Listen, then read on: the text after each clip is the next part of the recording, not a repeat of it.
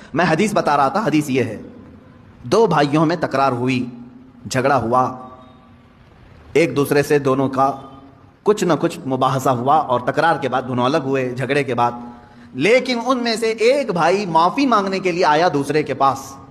بات یاد رکھیں، حضور پاک صلی اللہ علیہ وسلم فرماتے ہیں دو جھگڑوں کے بعد اپنے بھائی سے معافی مانگنے میں جو پہل کرے گا وہ قیامت کے دن میرے ساتھ پہل جنت میں جائے گا، وہ جنت میں بھی پہلے ہوگا۔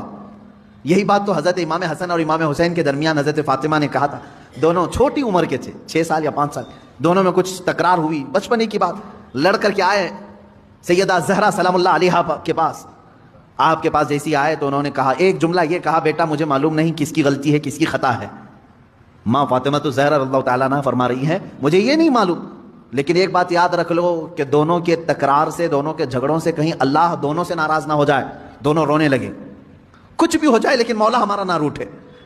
تو حضرت فاطمہ نے کہا، میں نے اپنے ابا جان سے حدیث سنی ہے، جو معافی مانگنے میں پہل کرتا ہے، جو معافی مانگنے میں پہل کرتا ہے وہ جنت میں بھی پہلے جائے گا۔ ابھی یہ جملہ مکمل نہ ہونے کو تھا، امام حسین چھوٹی عمر کے تھے، دوڑ کر کے حضرت امام حسن کے پاس گئے، کہا برادر محترم جو کچھ بھی ہوا ہماری تکرار ہمیں معاف کر دیں۔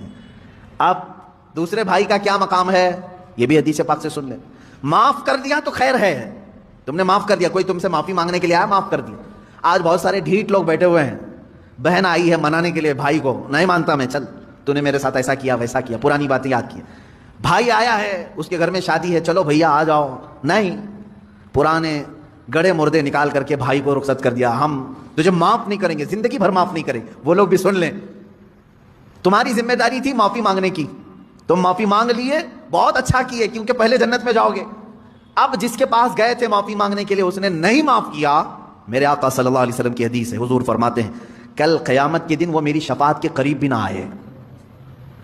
حضور نے فرمایا میری شفاعت کے قریب نہ آئے جو اپنے بھائی کو معاف نہیں کرنا چاہتا۔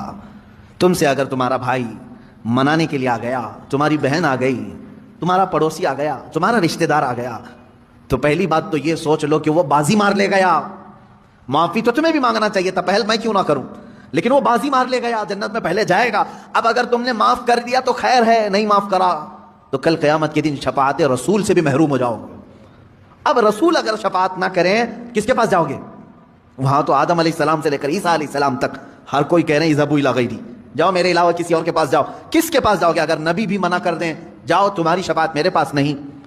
اللہ کے نبی صلی اللہ علیہ وسلم فرماتے ہیں جو اپنے بھائی کو معاف نہیں کرتا کل وہ میری شفاعت کے قریب نہ آئے۔